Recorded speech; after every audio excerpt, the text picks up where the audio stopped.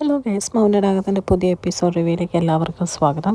അങ്ങനെ നിൽക്കുന്ന സമയത്ത് നമ്മുടെ പ്രകാശനോട് കാർത്തിക പറയാണ്, അച്ഛൻ്റെ ദുരഭിമാനമൊക്കെ മാറ്റി വെച്ചിട്ട് ആ സ്ത്രീയുടെ കാല് പോയി പെല്ലും പിടിക്കാൻ നോക്ക്. എങ്കിൽ ഈ കേസ് ചെയ്ത് എങ്ങനെയും രക്ഷപ്പെടാം. ഞാൻ എൻ്റെ അമ്മയ്ക്ക് വാക്ക് കൊടുത്തു പോയി. വാക്ക് കൊടുത്താൽ മാത്രമാണോ?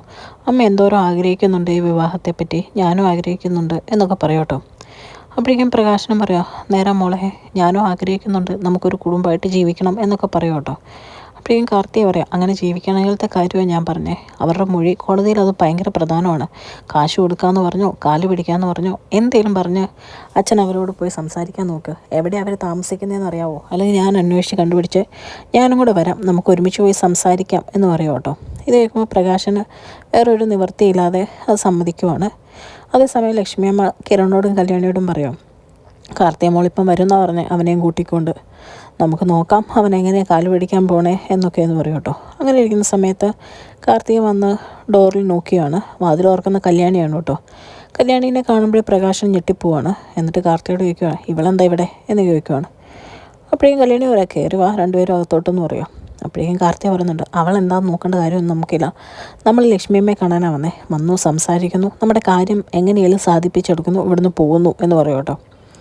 അപ്പോഴേക്കും പ്രകാശം പറയുന്നുണ്ട്, എന്തൊരു ഗതികെട്ട നേരമാണോ എന്ന് പറഞ്ഞ് അകത്തോട്ട് കയറും കേട്ടോ. പ്രകാശന് കിരണിനെയും കല്യാണിയും കാണുന്നത് തീരെ ഇഷ്ടപ്പെടുന്നില്ല. ആ സമയത്ത് കാർത്തിക ഒന്നും അറിയാത്ത പോലെ ലക്ഷ്മിയമ്മയോട് പറയാണ്, ഞങ്ങൾ ലക്ഷ്മിയമ്മേനോടൊന്ന് കുറച്ച് കാര്യങ്ങൾ സംസാരിക്കാൻ വേണ്ടിയാണ് വന്നതെന്ന് പറയും കേട്ടോ. അപ്പോൾ കല്യാണി പറയുന്നുണ്ട്, ഞങ്ങൾ എന്തായാലും പുറത്ത് നിൽക്കാം എന്ന് പറയുമ്പോഴേക്കും ലക്ഷ്മിയമ്മ പറയാണ്, എന്തിനാ, നിങ്ങൾ നിൽക്കേണ്ട കാര്യമൊന്നുമില്ല എന്ന് പറയും കേട്ടോ. അപ്പോൾ കിരണും കല്യാണിയും പറയുന്നുണ്ട്, ഇവർ ഞങ്ങളെ കാണാനല്ലോ വന്നേ, അത് ശരിയല്ലല്ലോ എന്ന് പറഞ്ഞ് അവർ രണ്ടും പയ്യെ പുറത്തേക്ക് ഇറങ്ങും കേട്ടോ. ഞങ്ങൾ പുറത്തേക്ക് ഇറങ്ങുമ്പോൾ പ്രകാശനെ ഒന്ന് നോക്കി പുച്ഛിച്ചിട്ടൊക്കെയാണ് പോകുന്നത്. അതിപ്പോൾ പ്രകാശനൊന്നും മിണ്ടുന്നില്ല. ലക്ഷ്മിയമ്മ ഇരിക്കുക എന്ന് പറയുമ്പോഴേക്കും പ്രകാശൻ ഇരിക്കാൻ തുടങ്ങും കേട്ടോ. ആ സമയത്ത് മുഖത്തടിച്ച പോലെ പറയാം, തന്നോടല്ല ഞാൻ ഈ പെങ്കൊച്ചിനോടാണ് പറഞ്ഞതെന്ന് പറയാണ്. അങ്ങനെ കാർത്തിക അവിടെ ഇരിക്കുവാണ് കേട്ടോ.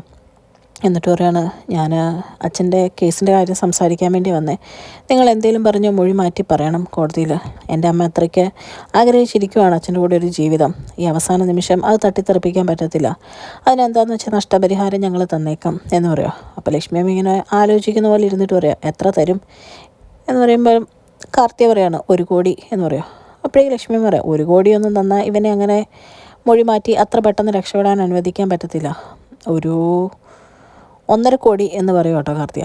അപ്പോഴേക്കും ലക്ഷ്മി പറയാം, കുട്ടി ഇവിടെ നിന്ന് ലേലം വിളിക്കാൻ വന്നതാണെങ്കിൽ എനിക്കതിന് സമയമില്ല, ഒരു 5 കോടി രൂപ തരുമെങ്കിൽ ഓക്കെ എന്ന് പറയും കേട്ടോ. ഇത് കേൾക്കുമ്പോഴേക്കും പ്രകാശം ഞെട്ടിപ്പോവാണ്. അപ്പോഴേക്കും കാർത്തിക പറയാണ്, 5 കോടിയെങ്കിൽ 5 കോടി എനിക്ക് സമ്മതമാണ്, ഞാൻ ചെക്ക് സൈൻ ചെയ്ത് ഇവിടെ എത്തിക്കാം. പക്ഷേ നിങ്ങൾ മൊഴി കോടതി മാറ്റി പറഞ്ഞാൽ മാത്രമേ ചെക്ക് നിങ്ങൾക്ക് എടുക്കാൻ പറ്റുള്ളൂ, അതുവരെ അതിന് സമ്മതിക്കാൻ പറ്റത്തില്ല എന്ന് പറയും കേട്ടോ.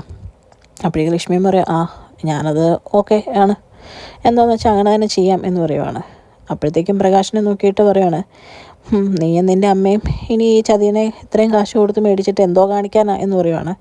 അടി കിട്ടിയോടെ നിൽക്കുവാണ് കേട്ടോ പ്രകാശൻ. എന്നിട്ട് പ്രകാശനോട് ചോദിക്കുക, രക്ഷപ്പെട്ടു അല്ലേ എന്നിങ്ങനെ ചോദിക്കുമ്പോൾ പ്രകാശൻ പറയാം, എങ്ങനെ രക്ഷപ്പെടാനാ, കോടതിയിൽ നിങ്ങളുടെ മൊഴിയാണല്ലേ ഏറ്റവും പ്രധാനപ്പെട്ട കാര്യം എന്ന് പറയും കേട്ടോ. അപ്പോഴേക്ക് ലക്ഷ്മിയമ്മ പറയാം, കാശ് കിട്ടി കഴിഞ്ഞ് കഴിഞ്ഞാൽ മൊഴി മാറ്റി പറയുന്ന കാര്യം ഞാൻ ഏറ്റു, എന്തായാലും ആദ്യം ചെക്ക് ഇവിടെ എത്തട്ടെ എന്ന് പറയും കേട്ടോ. അപ്പോൾ ലക്ഷ്മിയമ്മയോട് കറുതി പറയുകയാണ്, ചെക്ക് ഞാൻ എത്രയും പെട്ടെന്ന് ഇവിടെ എത്തിച്ചേക്കാം എന്ന് പറയും കേട്ടോ. പ്രകാശിന് ചെറിയ വിഷമം ഉണ്ടെങ്കിലും കാശ് പോകുന്നതിൻ്റെ ഒന്നും മിണ്ടാതെ അവിടെ നിന്ന് ഇറങ്ങും കേട്ടോ. ഇറങ്ങി നേരെ ചെല്ലുന്ന കിരണിൻ്റെയും കല്യാണിയുടെയും മുമ്പിലാണ്. അപ്പോൾ ഇവരെ കാണുമ്പോഴത്തേക്കും ചോദിക്കുന്നുണ്ട്, നിനക്കൊക്കെ ഇപ്പോൾ സമാധാനമായല്ലോ, ഇതിൽ നിന്നൊരു കമ്മീഷൻ നിനക്കൊക്കെ കിട്ടുമായിരിക്കും അല്ലേ എന്നിങ്ങനെ ചോദിക്കും കേട്ടോ. അപ്പോഴത്തേക്കും കിരണും കല്യാണിയും പറയാം, കാശ് കൊടുക്കാൻ ഞങ്ങളാരും പറഞ്ഞില്ലല്ലോ എന്നുള്ള രീതിയിൽ തിരിച്ച് കളിയാക്കുന്നുണ്ട്. ആ സമയത്ത് പ്രകാശം പറയുന്നുണ്ട്, നീയൊക്കെ എന്തൊക്കെ നോക്കിയാലും ഒന്നും നടക്കാൻ പോകുന്നില്ല. കാശ് കൊടുക്കാമെന്ന് പറഞ്ഞപ്പോൾ അവൾ സാഷ്ടാംഗം എൻ്റെ കാലെ വീണ് പ്രണമിച്ച രീതിയിലാണ് സംസാരിച്ചത്. ഇനിയിപ്പം നിൻ്റെയൊക്കെ കമ്പനിയും കൂടെ പൂട്ടുന്നോടം വരെ ഞാനിങ്ങനെ തന്നെ ഓരോ കാര്യങ്ങളും ചെയ്തുകൊണ്ടിരിക്കും.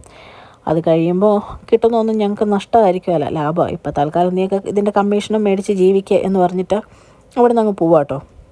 പോകുന്ന സമയത്ത് തിരിച്ച് കാർത്തിക നോക്കിയിട്ട് കിരണിനെയും കല്യാണിനെയും ചിരിച്ച് കാണിക്കുന്നുണ്ട്. അത് കഴിയുമ്പോഴത്തേക്കും കിരണും കല്യാണിയും വന്ന് ലക്ഷ്മിയമ്മേനെ കാണും കേട്ടോ. അപ്പോൾ ലക്ഷ്മിയമ്മ പറയുന്നുണ്ട്, 5 കോടിക്ക് ഞാൻ അവൻ്റെ വാഗ്ദാനം ഏറ്റു എന്നുള്ള രീതിയിലാണ് നിൽക്കുന്നത്. കോടതിയിൽ മൊഴി മാറ്റി പറഞ്ഞ് അവൻ പുറത്തോട്ട് ഇറങ്ങുമ്പോഴും അവൻ ആ കല്യാണ സ്വപ്നം കണ്ട് വേണം ഇറങ്ങാൻ. ആ ദിവസമാണ് ഞാൻ പ്രതീക്ഷിച്ചിരിക്കുന്നത്. ആ ദിവസം അവനൊരു വലിയ തിരിച്ചടി ഉണ്ടാവും. അത് കഴിയുമ്പോൾ ആ കമ്പനി നിങ്ങളുടെ പേരിലോട്ട് രജിസ്റ്റർ ചെയ്ത് തരണം. എല്ലാം കൂടെ താങ്ങാൻ പറ്റാതെ പ്രകാശിൻ്റെ ഹൃദയം നിന്നു പോകണം എന്ന് പറയും കേട്ടോ. അത് കേൾക്കുമ്പോഴത്തേക്കും ലക്ഷ്മിയമ്മ പറയുകയാണ്, ഹൃദയമൊന്നും അവൻ്റെ നിന്ന് പോകുമെന്ന് എനിക്ക് തോന്നുന്നില്ല, പക്ഷേ ആ അവസ്ഥയിലോട്ട് അവൻ എത്തണം, അതാണ് എൻ്റെ ആഗ്രഹം എന്ന് പറയും കേട്ടോ. ഇതൊക്കെ കേൾക്കുന്ന കല്യാണി പറയുകയാണ്, കുറേ കാലത്ത് ഞാൻ എൻ്റെ അച്ഛനെ സപ്പോർട്ട് ചെയ്ത് തന്നെയാണ് നിന്നേക്കുന്നത്, പക്ഷേ ഇത്രയൊക്കെ ക്രൂരതകൾ ചെയ്യുന്ന മനുഷ്യനെ ഞാൻ മറ്റാരേക്കാളും ഇപ്പം വെറുക്കുന്നുണ്ട് എന്നൊക്കെ പറയും കേട്ടോ. അത് കഴിയുമ്പോഴത്തേക്കും കാണിക്കുന്ന സരയുവിനെയാണ്. സരയു ഉറക്കം എഴുന്നേറ്റിട്ട് പെൻസി പറയുവാണ്, ഇന്നലെ മോള് കിടന്ന് ഉറങ്ങിയതുകൊണ്ട് വഴക്കൊന്നും ഉണ്ടാക്കാത്തതുകൊണ്ട് സമാധാനമായിട്ടൊന്ന് ഉറങ്ങാൻ പറ്റി എന്നിങ്ങനെ പറയുവാണ്. എന്നിട്ട് പയ്യെ എഴുന്നേറ്റ് തൊട്ടിൽ നോക്കുമ്പോൾ കുഞ്ഞിനെ കാണുന്നില്ല കേട്ടോ. അപ്പോഴേക്കും സരയു ദേഷ്യപ്പെട്ടിട്ട് പറയുകയാണ്, എൻ്റെ കുഞ്ഞിനെ എടുത്തുകൊണ്ട് പോയി കാണും, എൻ്റെ കുഞ്ഞ് എവിടെയാണോ എന്ന് പറഞ്ഞ് താഴോട്ട് ഇറങ്ങും കേട്ടോ. താഴോട്ട് ഇറങ്ങി സ്റ്റെയർ കേസിന് അവിടെ ചെല്ലുമ്പോൾ രാഹുലിനെ കണ്ടിരിക്കുക, എൻ്റെ കുഞ്ഞ് എവിടെ എന്ന് ചോദിക്കും കേട്ടോ. ഈ ഒച്ചയായിട്ട് ശാരി രാഹുലും ആകെ പകച്ച് നിൽക്കുവാണ്. രാഹുൽ പറയുകയാണ്, കുഞ്ഞെ കണ്ടില്ല മോളെ, മുറി കാണും എന്ന് പറയുവാണ്. അപ്പോഴേക്കും ശാരിയുടെ അടുത്ത് വന്നിരിക്കുക, എൻ്റെ കുഞ്ഞെവിടെയെന്ന് ചോദിച്ചേ എന്ന് പറയുവാണ്. ശാരി പറയുകയാണ്, ഞാൻ കണ്ടില്ല മോളെ എന്ന് പറയും കേട്ടോ. ഇതൊക്കെ കേൾക്കുമ്പോഴേക്കും സരയുവിന് നല്ല ദേഷ്യം വരുവാണ്. നിങ്ങൾ എൻ്റെ കുഞ്ഞിനെ എടുത്ത് കഴിഞ്ഞ ദിവസം മാറ്റിയ പോലെ മാറ്റിയോ എന്ന് പറഞ്ഞ് അപ്പുറത്തെ മുറിയിലോട്ട് പോയി നോക്കുക കേട്ടോ. ആ മുറിയിൽ പോയി നോക്കിയിട്ടും കുഞ്ഞിനെ കാണാതെ വരുമ്പോഴത്തേക്കും സരയുവിന് നല്ല വിഷമവും സങ്കടമൊക്കെ ദേഷ്യമൊക്കെ വരുവാണ്. എന്നിട്ട് ചോദിക്കുകയാണ്, നിങ്ങൾക്കൊക്കെ തലയ്ക്ക് പ്രാന്താണെന്ന് എനിക്കറിയാം, എൻ്റെ കുഞ്ഞിനെ എന്താ ചെയ്തതെന്ന് പറ എന്ന് പറയും കേട്ടോ. അപ്പോഴേക്കും രാഹുൽ പറയുകയാണ്, അത് ചിലപ്പോൾ മനുമോൻ എടുത്തുകൊണ്ട് പോയതായിരിക്കും പുറത്ത് പോയപ്പോൾ എന്ന് പറയുകയാണ്. അപ്പോഴേക്കും കരഞ്ഞുകൊണ്ട് പറയുകയാണ്, മനുവായിട്ടൊന്നും എടുത്തുകൊണ്ട് പോവുകയല്ല കുഞ്ഞിനെ, നിങ്ങളോടാ ചോദിച്ചാൽ എൻ്റെ കുഞ്ഞിനെ എന്ത് ചെയ്തു എന്ന് പറഞ്ഞ് ദേഷ്യപ്പെട്ട് ശാരിയുടെ കഴുത്തിന് കുത്തിന് കയറി പിടിച്ച് ചോദിക്കും കേട്ടോ. ശാരി ഇപ്പോൾ പറയുന്നുണ്ട്, ഞാൻ കണ്ടില്ല മോളെ എന്ന് പറയും കേട്ടോ. അങ്ങനെ അലഞ്ഞു തിരിഞ്ഞ് പെട്ടെന്ന് വീടിന് പുറത്തോട്ട് ഇറങ്ങുവാണ്. പുറത്തോട്ട് ഇറങ്ങിയിട്ട് എൻ്റെ കുഞ്ഞ് കൺമണി മോളെ എവിടെയാണെന്ന് ചോദിച്ച് ആകെ കരയുക കേട്ടോ. അപ്പോൾ കിരണും കല്യാണി അവരുടെ വീടിൻ്റെ ഫ്രണ്ടിൽ നിൽക്കുന്നുണ്ട്. കല്യാണി വയ്ക്കുന്നുണ്ട്, അവൾ കുഞ്ഞെന്ന് പറഞ്ഞാൽ അവൾ കരയുന്നത്, എന്ത് പറ്റി കാണുമാവോ കുഞ്ഞിന് എന്നിങ്ങനെ ചോദിക്കുക കേട്ടോ. അപ്പോൾ കിരൺ പറയുന്നുണ്ട്, അങ്കിളിനി എങ്ങാനും എടുത്ത് മാറ്റിയോ എന്ന് ചോദിക്കുമ്പോൾ കല്യാണി ആകെ ഞെട്ടി നിൽക്കുക കേട്ടോ. അത് കഴിയുമ്പോഴേക്കും അവർ പറയുന്നുണ്ട്, ഇവിടെ ഇല്ല നിൻ്റെ കുഞ്ഞ് എന്ന് പറയും കേട്ടോ. ആ സമയത്ത് ചോദിക്കുവാൻ, കുഞ്ഞിനെ നിങ്ങൾ എന്താ ചെയ്തേ എന്ന് ചോദിക്കുവാണ്. അവരൊന്നും മിണ്ടുന്നില്ല എന്ന് കാണുമ്പോഴത്തേക്കും തിരിഞ്ഞ് രാഹുലിൻ്റെയും ശാരിയുടെയും മുഖത്ത് നോക്കിയിട്ട് ചോദിക്കുകയാണ്, നിങ്ങളറിയാതെ എൻ്റെ കുഞ്ഞിനൊന്നും പറ്റത്തില്ല, എൻ്റെ കുഞ്ഞിന് എന്താ പറ്റിയെന്ന് പറ എന്ന് പറഞ്ഞ് അവിടെ നിന്ന് പൊട്ടിക്കരയോ കേട്ടോ. ഇതൊക്കെ കാണുമ്പോഴേക്കും ശാരിക്ക് ഭയങ്കര വിഷമമാകുന്നുണ്ട്. രാഹുൽ ഒന്നും അറിയാത്ത രീതിയിൽ തന്നെ നിൽക്കുവാണ് കേട്ടോ. അത് കഴിഞ്ഞ് തളർന്ന് ആ ഫ്രണ്ടിൽ സിറ്റ് ഔട്ടിൽ ഇരുന്നിട്ട് മോളെ കൺമണി എന്ന് പറഞ്ഞ് കരഞ്ഞുകൊണ്ടിരിക്കുന്ന സരുവിനെ കാണിച്ചുകൊണ്ടാണ് കേട്ടോ ഇന്നത്തെ എപ്പിസോഡ് അവസാനിക്കുന്നത്. ചാനൽ ഇഷ്ടപ്പെട്ട് കഴിഞ്ഞാൽ ലൈക്ക് ചെയ്യാനും സബ്സ്ക്രൈബ് ചെയ്യാനും കമൻറ്റ് ചെയ്യാനും മറക്കരുത്. താങ്ക്